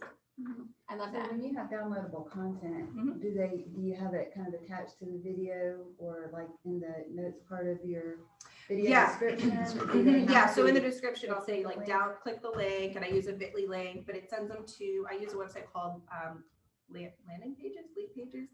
I gotta look it up. It's been a while. I think it's landingpages.com, and I can put up a free PDF. And I can label it and I can put it with a bit.ly link, and then I can choose what information they have to input in order to get the download. Name, phone number, email. I can get very specific or not specific depending on what the free thing is. And then that automatically gets emailed to me once they download it. So downloaded your How to Prep Your Home for Sale guide, and here's all the information that they filled out. And then I follow up with them. And it's funny because anybody can post on YouTube. Yeah. But when they download a guide, and then I call them and I say, hey, just want to make sure you got it. Do you have any questions? They're like, oh my God, like you're a real person calling me. I'm like, yeah, I'm just a normal person, but they saw me on TV. So it's a whole different level. And when I get a solid lead from YouTube, they've already decided that they want to work with me. They already know, like, and trust me. They're already going to work with me. It's the easiest one to convert. I think that's interesting that you called it TV, because I'll be honest, my children don't watch TV, they watch YouTube. Like they don't even understand channels. Yeah. Really. And so that's interesting that you say that, because I mean, really it is the new TV. Yeah. You're a public figure now. Yeah. So Awesome. So also, what, like editing stuff, what software, how do you edit your videos? If So you're trying I to didn't keep at it, like, first. in a time thing, or maybe if that's just too many errors that I don't want people to see. I mean, what do you use to? There's lots of them out there. At first I didn't use any editing. I recorded 1 to 2 videos. It may take me 3 or 4 tries, and that was it. I use something a little bit more complicated just because of my husband. My husband's in computer animation world, so he taught me how to use Adobe Premiere. That's very complicated. Okay, so you can get that, but you don't have to. iMovie. A lot of people just do iMovie. Yep. There's another one, WeVideo. I've never used, but a lot of people in my coaching program use it. They say it's super user friendly. You can get as simple or as complicated you want. People make crazy videos on TikTok and edit them. I don't know how they do it, but they do it. You know, it doesn't have to be that complicated. Okay, and then with the landing pages, can we not create our own landing pages on? You can You can now, yeah, you can now. Yeah, I haven't done it through Command, but I need to, because it will save me money. Again, there's a cost to the other service I have, and the only reason I haven't canceled it is because it's in a lot of my videos. Question? More of a comment, just to kind of bring light to like what Samantha's saying about the YouTube, because I do videos as well, is there's like, it's almost like kind of like adding to what she's saying, there's like, it's almost like you're building like a digital database of like all your knowledge, all your expertise, all the people you've helped. If you put, you know, maybe interviews or testimonials, and that's kind of salesy, maybe that's for something else, but it's like every video you make is almost like a soldier out there, like Working for you. working for you, right? Forever. And like the way I kind of do it is there's certain videos that are topical videos, that might be trending now, right? So like if you, like say if you did a video on like, oh wow, you know, let's showcase new homes because the prices of lumber is so high right now, and then maybe show some stats on that and kind of edit that into a nice little video, where that's like a video that's like topical, but then there's other videos that are like evergreen videos, which don't get a lot of traction at first, but over time they grow. Right. And that would be like, oh, the 10 steps or 10 ways on how to buy a house, or Inspection tips. inspection tips, or how to get pre-qualified, or things like that. And those are evergreen videos that will get views consistently over time as your channel grows, but they're not gonna like hit a home run the first day. Right. I made an appraisal video in November of 2019, so pre-pandemic. I mean, the market was still a seller's market up in Jersey in November, but it wasn't crazy like it is now. And I made it, and I didn't think anything of it. Now, when I was transitioning down here, I stopped posting, so I didn't post for about 6-7 months. During that time, I got 20,000 views on the appraisal video. Wow. From a year ago, because now appraisals are very hot topic. So the evergreen content is gold. Exactly. Awesome. I was also gonna say that same thing along the lines of like evergreen content and stuff like that too. But oh my god, I totally just lost my whole train of thought. I don't know. Come back to me. I totally lost my train of thought. All right, so let's see, where are we? So Iman, I would like for you to share a little bit just about how your content is so authentic to you. It is very authentic. So I'm listening to this and I'm like, oh my gosh, I need to be taking notes. I know. Because I'm me not too. fancy at all. Everything is totally, this is me. This is me messing up. This is all about me. Welcome to my world. Are we best friends? That's why I have a hard time with LinkedIn. Like I follow someone or they want to follow me and we connect. And the first thing is, I would love to build your database. And I'm like, why are you not trying to ask me how my day was? Like, why aren't we being friends and let's go have breakfast together? But that is what Facebook's all about. So I throw it out there. The last video I did, which is, I am overdue, is I put on a Dolly Parton wig. That was the best. And I sang 9 to 5 at my kitchen table and in my shower. And then I got 3 or 4, I believe, potential recruits to Keller Williams. Amazing. Because I was like, hey, if you're tired of your 9 to 5, you know, and I then love they were that. just watching that and they were like, So oh, this girl is nuts. Whatever she's I doing, love she's that. having fun. We want to be a part of that. And so Yeah. I try to, I'm not fancy with my business page or anything, but I try to authentically allow everyone into my life to be a part of it. Iman is famous for like cropping her head onto other people's Oh, bodies. yeah. I will definitely Hilarious. do that. So Yes, for sure. That's amazing. I love that. Or could take a picture of it. Yeah, feel free. That's a great thing with video. They Yeah. get to know. Oh, that's what I was gonna say. That worked out beautifully. Yeah, that worked out. That was a great transition. So I started to say earlier that, you know, there's a lot of people in this area that are, you know, popular on YouTube with video and stuff like that. And a lot of people think, well, they're already doing it. I'm not gonna do it. Like it's already saturated. And the one thing I have learned is that different people relate to different personalities. So even though, let's say there's 10 people on YouTube that are big for Atlanta, you're different than them. So don't think that it's nowhere near saturated, and there's still enough room for everybody and every personality and everything.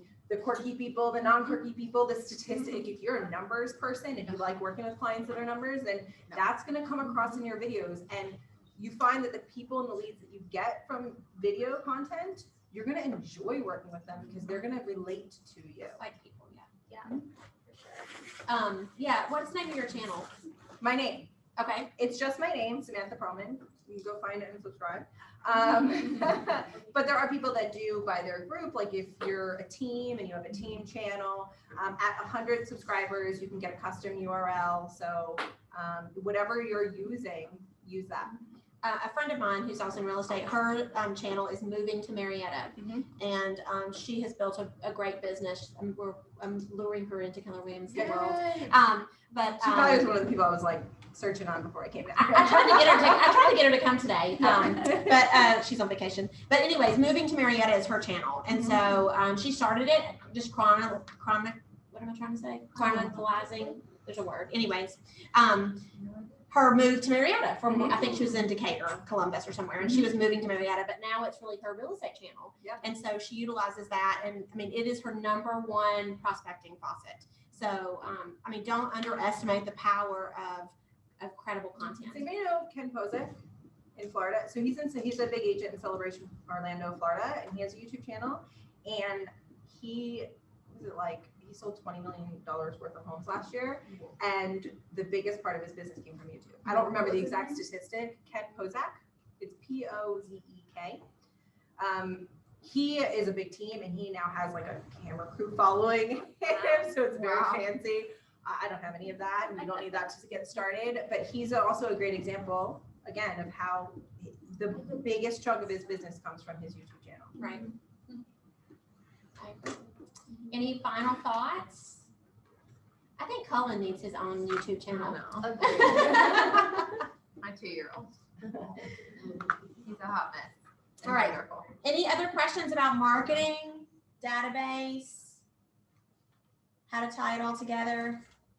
I wanted to say the same thing. Sorry about that. I wanted to say, like, just definitely what she was saying with be consistent, be authentic, and like you said, don't underestimate what you could get from it.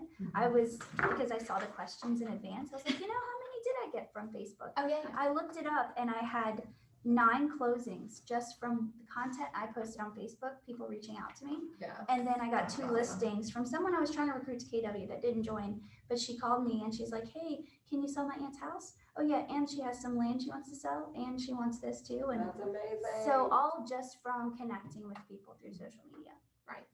And I think with anything else, have a plan. I mean, have a plan, know what you're going to do. The biggest thing is we get caught in, I don't know what to do, so I don't do anything. There's tons of resources out there. If you're, social media content calendars are on Pinterest. Get some ideas, put together a plan, and then just execute it. Be consistent with it. But it's free advertising really. And so it's so easy nowadays to get your name out there in front of people in multiple ways for free. So, that's really where social media can come into play. There used to be a saying, an old time agent told me this, that back in the day in real estate, you could either be famous or rich, you couldn't be both. But nowadays with all of this free advertising at your fingertips, definitely both. That's not, you can be both. Absolutely. I have a question. Yes. Do you all have a monthly budget for things, or does it just depend on how many closings you had that month, or what advice would you give to new agents who maybe don't have a huge budget? Start out with the free stuff like videos, because that is free until you start buying all the things that go with it, the ring lights, the gimbals, and all the things. And we are going to be putting together, a little technology room here, We're creating a media room in here, and it's actually going to be hopefully ready next week. Yes, we just got all of our lights and stuff, so you won't have to have the experience. I don't have the experience at all, but I was thinking, okay, we have the ideas, and we have great vendors that we can partner with and interview. We can do all these things, and you can create your channel that way. That's great. Yeah. Yeah. That's also good for It'll be new- ready soon. That's actually really good if you're a new agent. A lot of new agents say, well, I don't have the experience. I don't have listings or clients. And if you start interviewing vendors, interview a mortgage person, whatever it is, then you start, not only do you learn for yourself, but you start putting out that perception that you are the expert. So it's a great thing for new agents. Absolutely. Absolutely. So yeah, I know we have some of it up. We'll have the rest of it up probably in the next couple weeks. It's going to be in the little office beside Dina, between Dina and I. So you'll have all the resources in there for you guys to come in and use that. Supreme Lending has a real studio. So, you're welcome to contact them and go down to their Alpharetta office. They have a studio. They'll edit it out all for you. They will? Yes. And it's amazing. And the only requirement is you have what you're going to talk about. Don't go in there and say, okay, I don't know, I'm just going to talk about selling a house. Ty won't schedule you to go there and make a video unless you're like, this is what I'm going to talk about. I already practiced it. Here it is. Yeah, he's legit. Yeah, but it's a beautiful studio. A little overwhelming. A little scary. Yeah. All right. Any parting questions? So you guys know prospecting marketing, right? That's part of your lead gen. So find faucets, turn them on, market to them. And then really it's just relationship management after that. It's just loving on the people in your database, coming from contribution, staying in relation. It really does take 36 touches. And I think we forget that we really do have to touch people that amount of times in order to build that rapport and that trust with them. But it's just a super formula. Just find the things that you want to do. You can't do all of these ideas, right? So find 2 or 3 that you're willing to lean into and do those at a high level. And you will, you're going to attract people to you. I know that's always been my marketing. It's like, listen, I just want to be the person that people want to do business with because they trust me. They know me, they love me. I don't want to be chasing people down. Like that was just never, like when I heard sales, I was like, oh, I don't want to be that person. And then finally I was like, I just want to attract people to want to do business with me. And at 13 years, it's worked out. And I think if you just focus on being that person and always coming from a place of contribution, then you're going to, people will want to do business with you. And it just spins the whole thing around to where it's like, oh, super, this is fun. So anyways, anything else? Well, for me, I guess I'm happy to be myself. I'm still in coaching with Kristen, and she tells me constantly, do videos. From the lady who hates videos. Videos. I'll tell all her secrets. I know. She be like, well, you have the personality to do videos. Then I do video like, She be like, who is this? Look at Orlando, right? I mean, he's such a really to look. He just gets on there and does his videos. And no. We do 30 shots. Well, y'all need to stop that. We do like 30 shots a day and Friday at one. Yeah, But the more you do it, the more comfortable you do get a lot more comfortable. And the other things too, like you had said, to get the scripts and everything, I used to get super detailed with my scripts and I just print it out in big and I would literally tape it to my tripod. But I've now gotten to the point, because I've been doing it so long, that I just do kind of a quick outline and then I just talk in the video and it becomes more natural. So don't be afraid to be more structured, but know that the more you do it, the easier it'll become, and then it won't be such a burden. Like for now, I research the keyword, I come up with a few key points, and then I just start shooting. Yeah. I'm looking for my first video this week. And the average intelligence of someone on Who's YouTube gonna is hold like her a 5th accountable? grader. So like, you better take your coach. I'll go text with you, but I'll see that video. Every week, you have to like dumb it down and not talk so technical and just pretend like you're almost talking to your kids.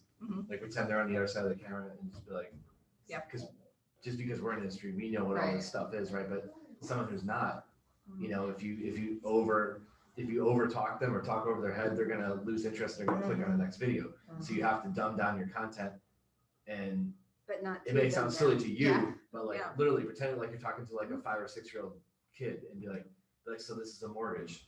This is what you do. You have to go to this place. It's a lender and throw up like a picture on the screen. You mean like it's literally like that. The other thing I always found that I struggled with was I had a skewed sense of that everybody's talking about real estate. Like I don't want to be another realtor talking about real estate because everybody's talking about real estate on social media. Remember that your friends are mostly realtors. Everyone else doesn't have 370 Facebook friends that are realtors. And so you feel like you're being redundant because, when you go on social media, open house, this is that, everything's real estate. But you have to realize that the majority of your friends don't have 370 agent friends in their Facebook pool. And so that was hard. That's always a hard one, right? Because you're like, well, everybody's talking about real estate on Facebook. Well, no, not everybody has the same Facebook friend pool you do. So you could be the only realtor talking about real estate on their Facebook feed, right? I always find that I'm skewed because I know every open house in every part of town, every weekend, but my friends probably don't. Same thing with using something like list reports. Because it's a standard graphic that they give out to like everybody, I got to the point where I was like, well, I just saw that 15 times. I'm not going to post it. But you're absolutely right because you're seeing that because of your pool. Yeah. All right. Anybody online have a parting question? Don't you have to look at the screen? They can unmute themselves. I did put it on here, but. Hey, Brandy. So I was like, yes, Scott. Hey, this is Scott Gerthing. Hey, I've been researching the YouTube stuff through, I saw an ad on Facebook and I've been researching them and talking to them a lot. There's a company out there, but they're real expensive to go through. They have you guys that have done YouTube, is the algorithm the same as it is with Facebook and Instagram and all that with as far as you post more and you get more touches and stuff like that? Do you have any idea about that? The algorithm in YouTube is based a lot on consistency with the frequency that you post. there's certain niches that matter what times you post and what days of the week you post. How your viewer retention, YouTube's very heavy on viewer retention, whereas Google's different, or I'm sorry, Facebook is different. Like what I mean by that is if there's a video that's posted and say you have a 10-minute video and the average viewer clicks off within like less than a minute, then the algorithm's not going to push that video because people aren't staying on there long, so it's not engaging. So your video will actually get buried. Conversely, if it's the other way, if you have longer viewer retention, YouTube will start to push your video to new users, and then you'll start to come up on the recommended feeds on the side, on the right-hand pane. And then that's when you can start to pick up subs and get more likes. The other thing about YouTube that I want to talk about that I don't know anything about Facebook or that sort of algorithm, but I can speak to YouTube. There's one key thing, tool that you can use if you're going to be posting on YouTube, and it's going to be keyword research. So you use a company either called Keywords Everywhere or TubeBuddy. I'm looking up there like I'm talking to them up there. He's looking at you back there. But when I post anything on YouTube, I research the keywords first. What kind of search am I getting? And what's cool is they give you the actual stats on how many times people are searching for that keyword. And they'll even give you different versions of the keyword or the phrase. And you look to see how many times it's actually searched. And then I determine whether or not it's an important keyword to even do a video on, because I could sit here and write a list of 20 videos, but if nobody's actually searching for those videos in Google or in YouTube, then it's not going to matter. Nobody's going to watch them. So sometimes I'll make random videos that like, why are you making a video on that? But it's a searchable term, and that's what's going to get me the views. So you can almost like figure out the algorithm, for YouTube kind of when you get started. And then, the more retention, the longer they watch your videos, if you can keep them on YouTube. So if you can get them to click from one video to another, YouTube's going to like you more and more and more. And I didn't use a company, I did YouTube on my own. I had a coach, but I didn't hire a company to do it for me.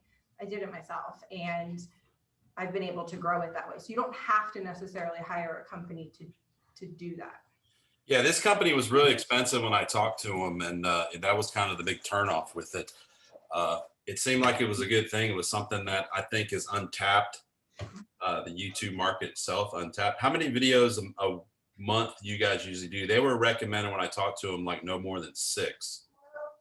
So I post once a week. The more you post, the faster you grow your channel. Remember though that subs and views are great, but they're not necessarily business. What matters is the leads that you get from it. It's sort of arbitrary how many views and subs you have. You have to get the good quality ones. That's why it's important to do keyword research and things like that. I post once a week. You can post twice a week. I wouldn't recommend more than that. And if you think about it, it's something that you have to be consistent with. YouTube consistently, and the busier you get, if you're posting 3 times a week when you start, and now you've got so much business going on that you don't have time to post 3 times a week, and now you're down to once or once in a while, that's going to hurt you. So do something that you think you can actually keep consistent with it. The other thing that I do to help keep consistent is I batch record. So I'll come up with 4 video topics.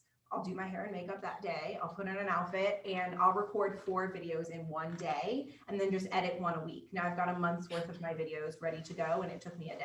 So there's different ways that you can kind of do that to make it easier for yourself. Also, to add to that, with YouTube specifically, the algorithm changed recently where subscribers don't matter anymore. The things that matter is engagement and like the amount of likes you get. Also, another thing to note is like YouTube will only promote your videos if you're getting organic views through YouTube. What I mean by that is if you pay, I tried for a little while, I tried using Google AdSense, and I was paying per month to send traffic to my YouTube, which is called non-organic traffic. So even if you hit the monetization of 1,000 subs and say 4,000 watch hours within a year, or if you can hit that metric within a couple months, YouTube won't monetize your channel because you got you got to that level through non-organic ways. So it doesn't really help. It will make you look good. Like if you're showing your friends hey, I got a YouTube channel and I got 500 subscribers this month and I have 20,000 views on my video, and people are like, whoa, you're a big YouTuber. Well, not really, because you were just non-organically feeding those things in. So it doesn't really help your channel. It can help in the beginning. I did the same thing. I paid $1 a day to post my video for 7 days until my next video. And I did it really just to get my first 100 subscribers because I wanted the custom URL. Yeah. And then I stopped doing it. And I actually did one recently, right before I moved, I did it again and I got horrible results from it because everything has changed. So you can do it, just understand why you're advertising the video and don't expect a ton of great return on that. It's maybe just to get the subs or whatever. But again, subs, views, it's all irrelevant. If they're not clicking on your lead magnet and you're not getting their information, that's great, but it's not going to be a lead. You can use the videos in other ways to show expertise, to send out to your database, things like that. So it just depends on what your strategy is and your goals are around the video. You guys still use your iPhones or Androids, or whatever, for videos, or have you bought video equipment? I use both actually. And that's more recently because my camera dropped and the microphone broke. I use my iPhone for the first probably 6 months of videos. I then invested in a DSLR camera. It's not the fanciest, it's not the most expensive. And I use both depending on the situation. Sometimes if I'm just doing, like if I'm shooting something outside, I might just grab my iPhone. If it's in my, setup space for my YouTube channel, my weekly video, then I use my fancy camera. The point is you don't really need fancy equipment. The iPhone sometimes shoots way better lighting than my DSLR camera, and I will switch to that. So, yeah, to add to that, I guess like the biggest thing that I've learned just from doing research on YouTube, because I'm really into it, is audio is actually more important than video. If you have a video where the pixelation isn't that great, but the audio is really, really good, people will stay in it longer versus the flip side is if you have, a video that's like, 4K or 1080i, but like the audio is terrible. People, they won't be able to hear what you say. It'll sound too echoey and they'll click off. So I tried a bunch of different microphones. One I found that was really good was it's called the Purple Panda. I actually link it in one of my videos, but yeah, that's a really good one and it's cheap. It's like 25 bucks, maybe 20 bucks. You can get it on Amazon and it's really good. It clips right here. You just plug it into your iPhone. I just use my iPhone. I haven't bought a camera. We all have the most fanciest camera ever in the palm of our hands. And, use natural lighting. Like I said, I used the front living room window for like a year. Actually, I still used it until I moved down here and then I had no good windows in my rental. So you don't have to get fancy. You can choose to. You can get a ring light. But Keller Williams teaches you to lead with revenue. So once you get your first closing, maybe that's when you invest in a nicer camera, or that's when you get that light or the microphone or whatever it is. The point is you don't need a lot to get started. And then you also want to make sure that you're going to stick with it. You don't want to spend hundreds of dollars, thousands even if you want, on all of this equipment to do video and then it sits there getting dust. You don't want to do that. Cool, thank you. Well, my wife's got a lot of cameras because she does the photography, so she's actually done some of y'all's business cards and whatnot. Yes. All right, any parting questions? Online? Thank you. You're welcome. Was this recorded? Yeah, it goes on the cloud. Yeah. And we'll upload it to YouTube and put it in our library. That's on my wish list for Jackson, is that all of our classes go into our library. All right, guys, thank you so much for joining today. Hopefully you got any ahas? Anybody has any ahas that they are on their definitely do list? All of them. Videos. Who's gonna go home and make videos? Me. Me too. I want to do videos too. All right.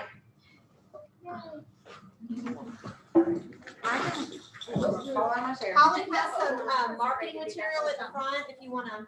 Oh, and if anyone needs a